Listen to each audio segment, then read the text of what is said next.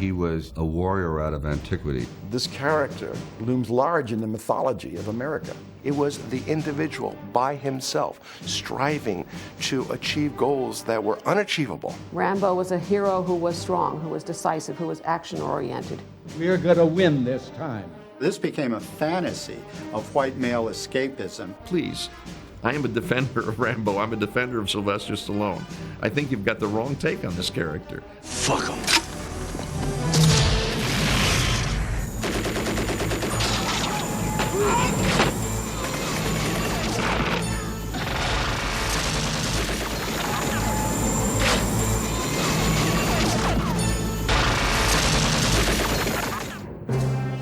The Rambo films were some of the most popular artifacts coming out of Hollywood culture in the 1980s. I don't know how many men I've met who say that they've watched the Rambo films to the point where they can't count anymore. First Blood, I think, did about $57 million in the domestic box office. Rambo did 150 here and did over 200 and something for it. Rambo 3. Stallone. What the hell is going on? Who is this? Initial international engagements have broken industry records, signaling the return of that global phenomenon known as Rambo mania. I can remember the success of Rambo 2 vividly because I went over to the Pentagon and used the success as a reason to bring some finality to the problem of our missing in action in Vietnam.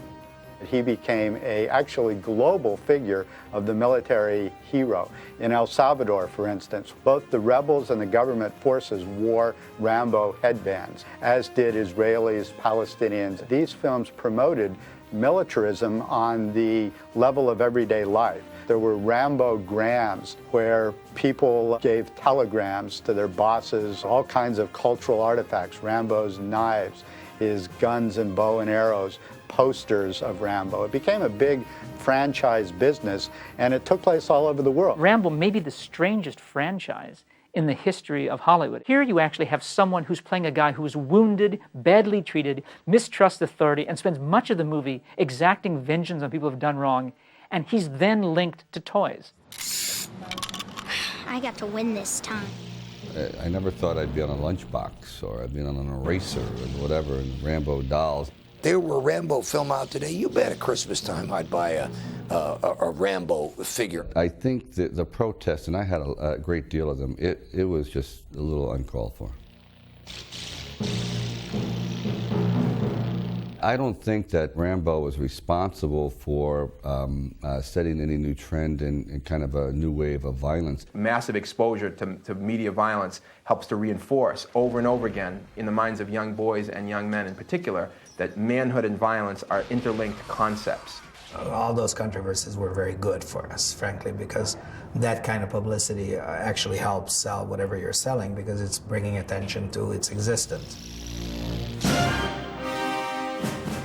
My God, nice body. What a, ooh, Jesus. He was a man that basically had given up his own identity. He had no family. He really never harkened back to his past. He never really thought about the future. He is alone. He is left now somehow to live out the legacy of his experiences in the war. He had been betrayed abroad, and he was now being betrayed at home. That was a very popular and successful idea, and that's a classic American idea. The idea of the loner who stumbles into town with the evil sheriff, goes back to Westerns, it goes back to Dashiell Hammett. First Blood is a Western.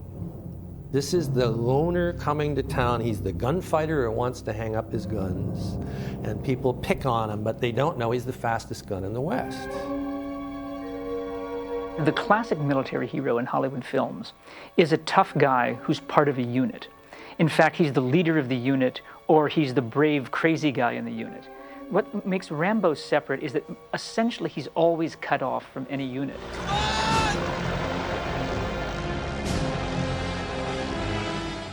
You have Chuck Norris, you have Schwarzenegger, and of course you have Stallone. In some ways, they're all making a similar kind of film.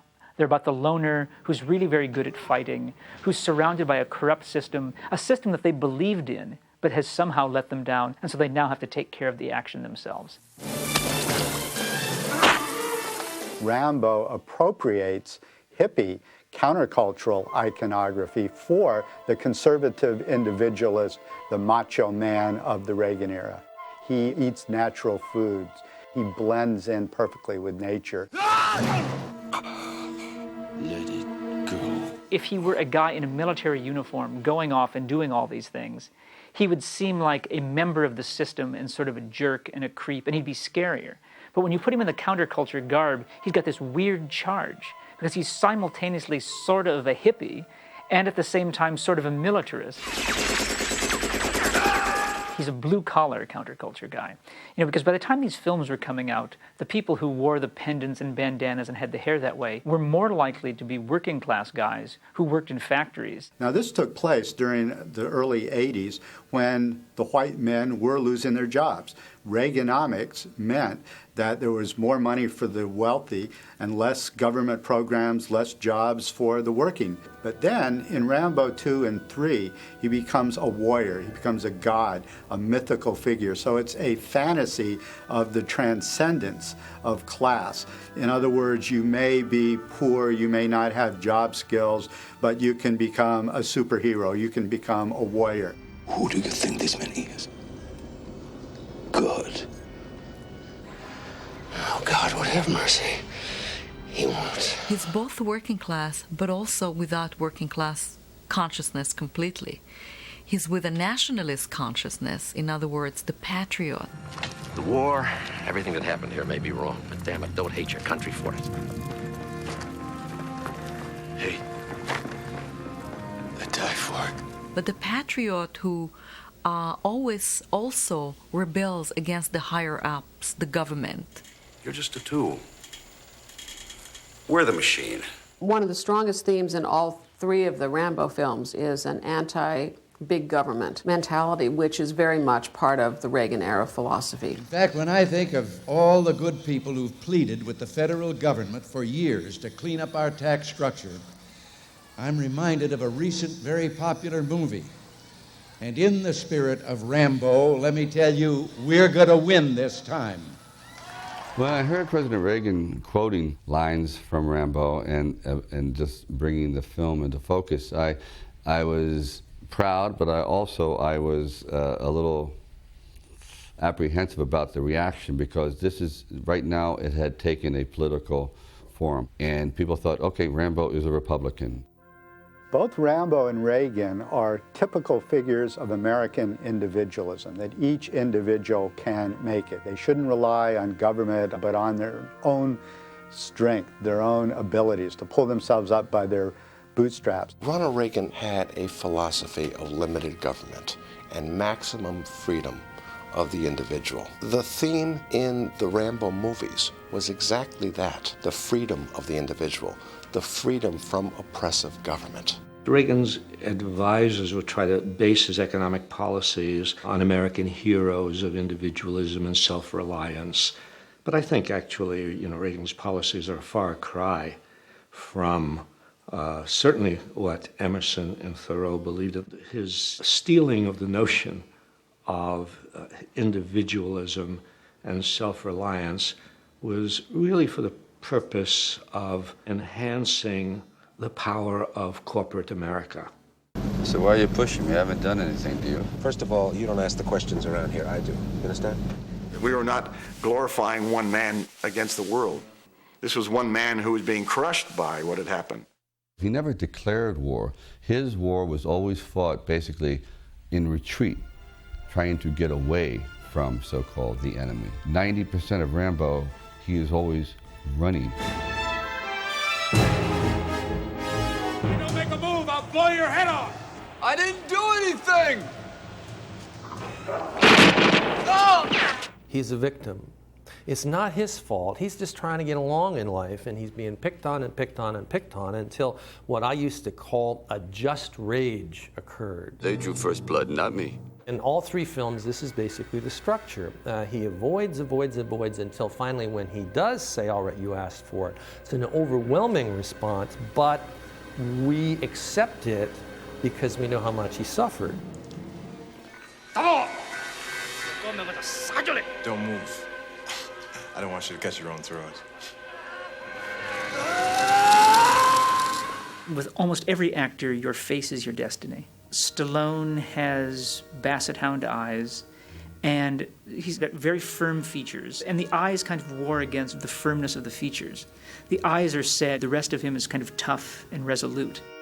When he breaks down and starts to cry, you see the pain, the kind of pain that he's in. He basically has a nervous breakdown and cannot deal with all the pent-up stimulus that he's been basically forced to absorb. In other words, the war, his isolation, the death of his friends, and it explodes in a frenzy where he cannot keep all the thoughts together. I can't get it out of my head. I do this 7 years. Every day it hurts. Sometimes I wake up, I don't know where I am. I don't talk to anybody. Stallone, at that point, was at his peak of somehow bringing to bear the thing that people liked in Rocky, which was that he could play a human being with the sort of inhuman side of Rambo, which is the killing machine. What you saw was a new character being developed in Hollywood. You saw this man being super macho, but with a heart. Even though he's shooting everybody up, he's really vulnerable and sensitive. The lone gunman used to be this crazy badass who'd come into town, and he was the scariest guy, he was the fastest guy. Now he's wounded.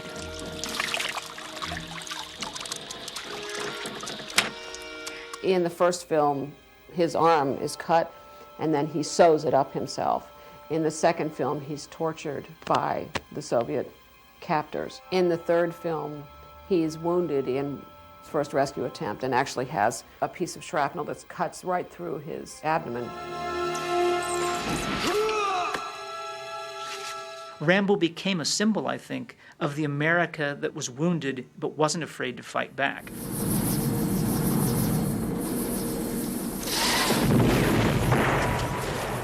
One of the things that characterizes the Reagan era, and Reagan embodied this in some ways himself, is a focus on the body. Often remembered image of Ronald Reagan was his picture of him at his ranch, chopping wood, dressed in Western clothing, riding horses. This re-emphasis on bodies was shown in fitness clubs with health regimens, aerobics, weightlifting. Then we saw these new, robust, very built kinds of heroes showing up in the action films.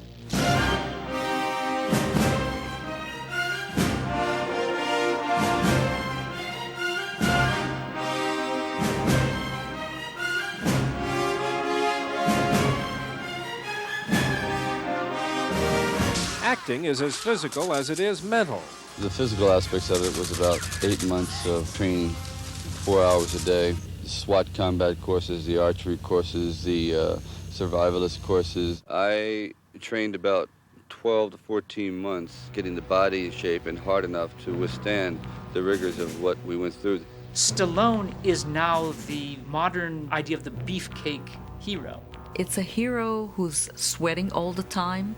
It's a hero whose muscles are always in your face. It's a hero who mumbles. He's not as articulate or sophisticated in the manner of Sean Connery. Rambo's very body becomes a war machine, a killing machine, where the knife is an extension of his body. The basic idea of Rambo films is that they are male sanctuaries. And I think in some ways they are a crucible of masculinity. And they're probably some way in which they're a response to the women's movement. Because in fact, it's positing this world in which women barely exist. Did not expect a woman, no. This is the warrior ideology where the male warrior has to be ascetic. He can't have any sexual or romantic entanglements with women. In Rambo 2, where he goes to Vietnam, you see him actually connected with a Vietnamese woman who's his helpmate during the movie. Rambo, you're not expendable. And it looks like there's going to be a romantic interest between them. They have a kiss that becomes the kiss of death. She's eliminated right afterwards, as if women are threatening or they're dangerous to the great warrior. This kind of character always has his most important relationships be with men. You're the only one I trust.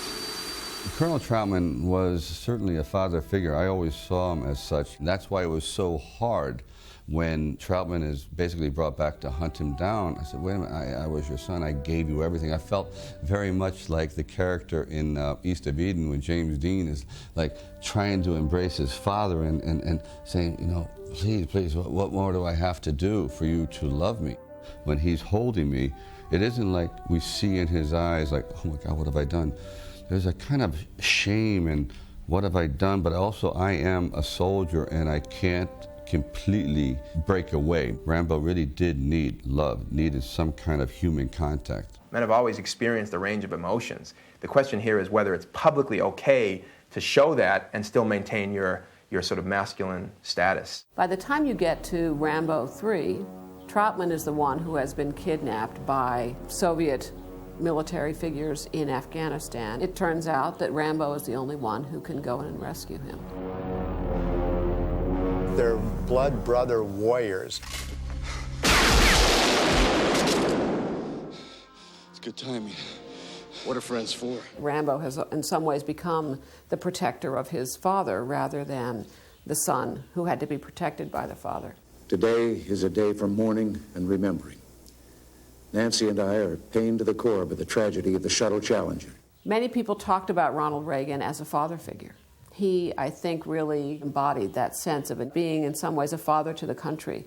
Ronald Reagan's image was in direct contrast to the previous president's image, Jimmy Carter's image, which was certainly by the end of his presidency as an emasculated, weak leader who was responsible for the United States being brought low. The one thing that Reagan really contributed very clearly is this sense of a resurgence of an interest in and a pride in being American. You could see it as a clear sort of backlash or just a plain relief at the anti-Americanism that had been openly discussed in the 70s as part of the anti-war movement, as part of the concerns over American imperialism, as part of the concerns about racism, about sexism. The whole phenomenon of Reagan Democrats is all about the masculinization of the Republican Party and the emasculation of the Democratic Party for the purpose of attracting white working-class male voters, and it was a fabulously successful strategy. You remember in the first movie, Rambo took over a town. In the second, he single-handedly defeated several communist armies. And now in the third Rambo film, they say he really gets tough. Almost makes me wish I could serve a third term. The Rambo films became so popular because they embodied exactly the same kinds of characteristics that made Reagan so popular.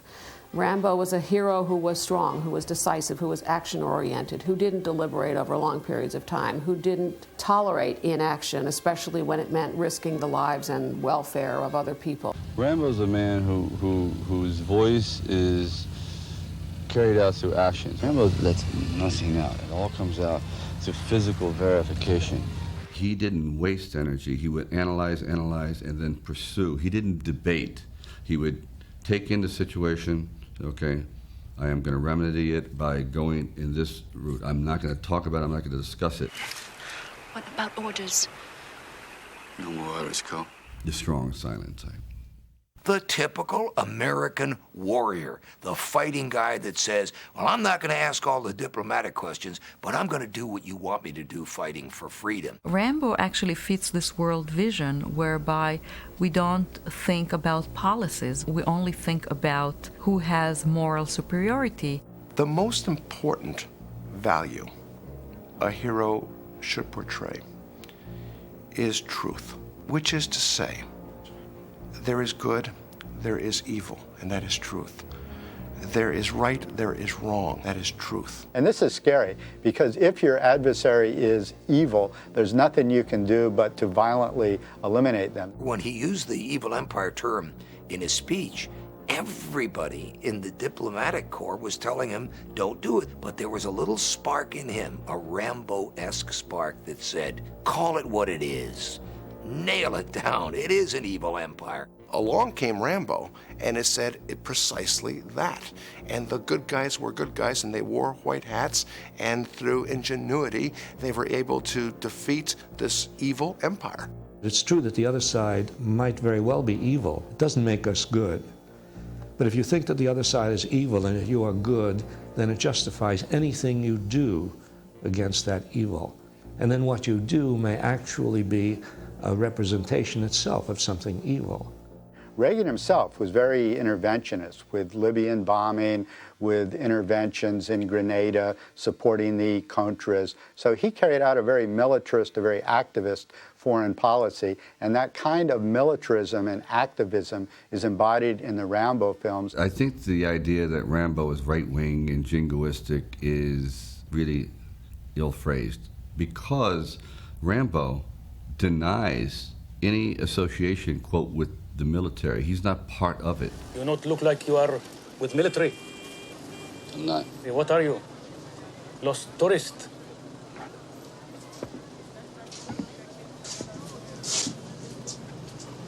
I'm no tourist.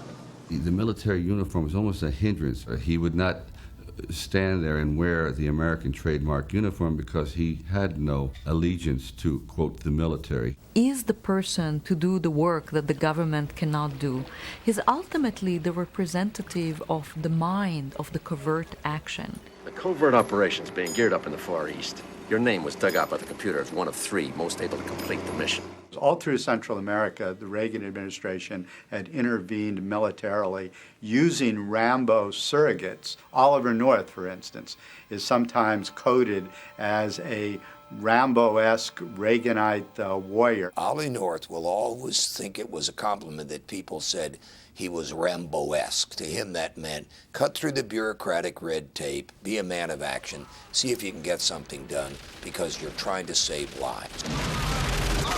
The biggest covert operation during the Reagan era was an intervention in Afghanistan. The United States spent billions of dollars supporting the Islamic fundamentalists, the rebels who were fighting against the Soviet Union, who at that time was the occupying force. So the kind of covert operation that Colonel Troutman and Rambo were engaged in Rambo 3 in Afghanistan was actually taking place. The American military had been thoroughly trashed by Hollywood in movie after movie after movie.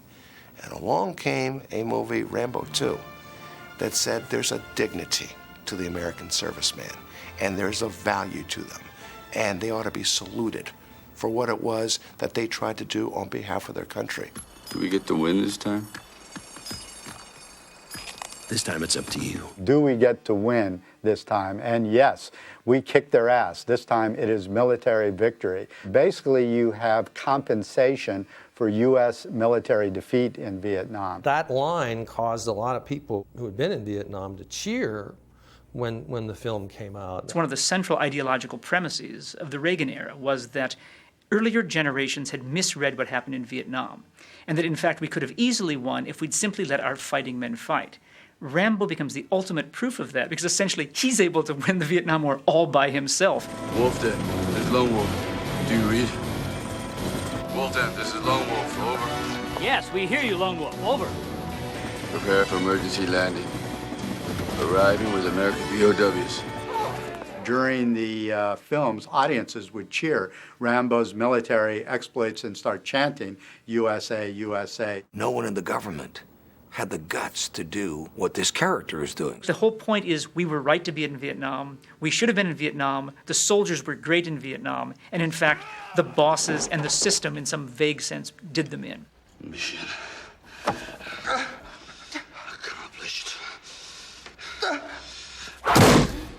That transformation of a sort of unknown veteran at the beginning of First Blood to this heroic, recognized figure at the end of Rambo 3 parallels in some ways the rebuilding of the military and the rebuilding of the image of soldiers that really was accomplished during the Reagan era. Army Rambo, and it's unfortunate because, you know, the men in the military are the real deal. Rambo is fiction. It's amazing how pop culture things take hold and really do take hold.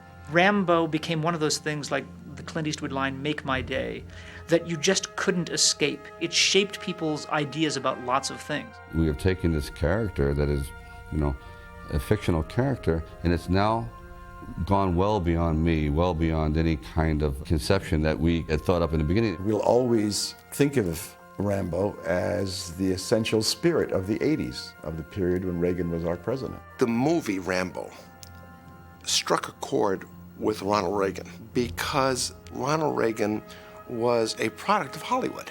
He understood that industry. As you look at all three of the Rambo films, because they span the period of Reagan's presidency, you can really look at them almost as a historical litmus test.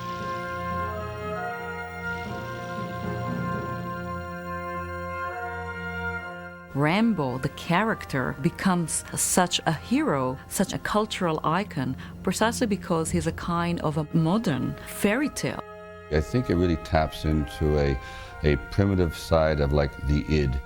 This mythical drifter that is brought out, asked to do extraordinary deeds. He does it because he wants to, and he doesn't care about his own demise.